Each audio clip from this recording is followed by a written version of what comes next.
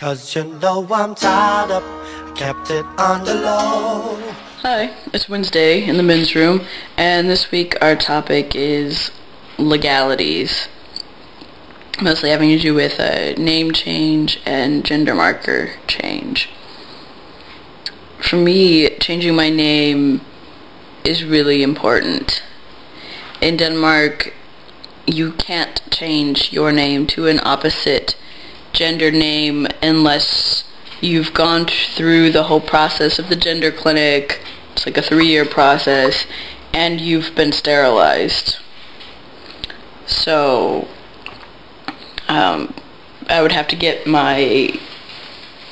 live as male for like 3 years and have the approval of the clinic and have all my surgeries done, or at least the hysterectomy and the ovaries removed, before I could legally be Warren. Well, thankfully I'm an American citizen, so in changing it in Missouri, which is my home state, requires a court order to change your name to an opposite gender name, and Warren, I would assume, would be considered an opposite gender name. So a court order, that would I'm assuming this would require me going to Missouri and getting a lawyer and going to court and all of that, and I don't live in Missouri anymore, and that would be ridiculous for me to do that. So I'm not really sure what I'm going to do just yet. Yeah, I don't know. Right now, having the two names really sucks. But I have some kind of exciting news. I'm transferring to a university in Sweden. I'm going to Uppsala, and that's north of Stockholm. And Sweden is a much more transgender-friendly country. Much more so than Denmark, anyway.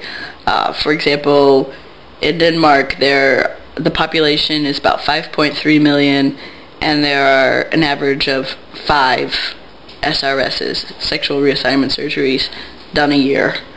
Whereas Sweden has a population of around 9.4 million, so less than double. And they have an average of 45 SRSs a year. So that's quite a bit of a difference. So maybe I'll head over to Sweden and see if it's... I mean, I'll be there. So I moved to Sweden at the end of August, and I'll be there for at least a year, and I'll see how the process is there for, I don't know, gender stuff, transition stuff. But changing my name really is important to me, but I don't know really how to go about it at the moment. What most transgender Danes do is they take a gender-neutral name. And that's easy to do. It's easy to change your name to a gender-neutral name. So they do that, and then they just use another name of choice. It just sucks. And here you have something called your CPR number. It's like your social security number, except it is used for everything. You use this card to go to the library. Use this card to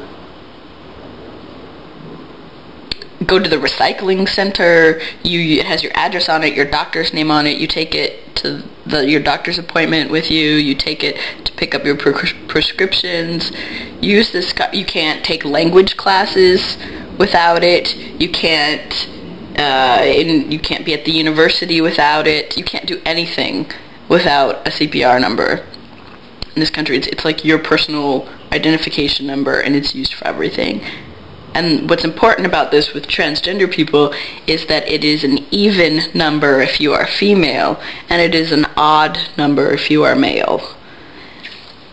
So if I'm presenting as male and I'm going by Warren, and then I have to show that damn card, not only does it have my female name on it, it also has a female number. And I have to use that card on a daily basis. Everyday interactions. You can't even rent a movie from Blockbuster without this card, you know. So basically you have to be out all the time, and you have to explain it all the time. And it's a pain in the ass. But again, to get that number changed, you have to have been sterilized.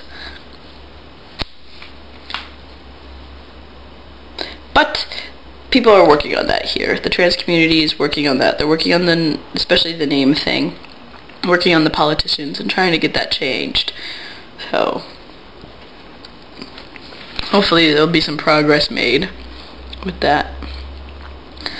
But basically, with me being in between countries right now, considering I'm kind of in between 3 countries with my upcoming move to Sweden, doing something like changing my name is so difficult. But having the old name is really hard, not only because of that damn yellow card, but also things like my university email account is with my legal name. And so, when I was talking to Uppsala, they offered to find a way to hide my legal name once I get there, and with my email account and with my registration for classes and these things. That they said, well, we have to officially register you as under your legal name, but we'll figure out a way to make Warren visible on everything. And so that's really helpful. And today I went to pick up my tea prescription from a new pharmacy here in Copenhagen, and the pharmacist was like, alright, well, sit down and we'll call your name. And I said, well, can you call my last name, because I don't use this first name? And she said, oh, okay. And she goes, well, we can put Warren in the system and we'll make Warren visible. And and I was like, you can do that? And I don't know what she did, but she put Warren in there, and so now my little box of tea has Warren on it. So that's kind of nice. But my bus pass, for example, has to have my old name on it. I can't have Warren on my bus pass. So every time I show a bus driver, it's awful. It's awful. It's really awful. I don't like having to explain all the time and getting weird looks all the time and stuff. But that's mostly due to the name. The name thing needs to change, but it can't change. It's not going to change for a long time. I'm just stuck with that. And I got to go. Girl, don't try to find us, 'cause you know where we'll be. 'Cause I'm tired of getting tired of. I'm tired of getting tired of. Stomach sick, mind twisted.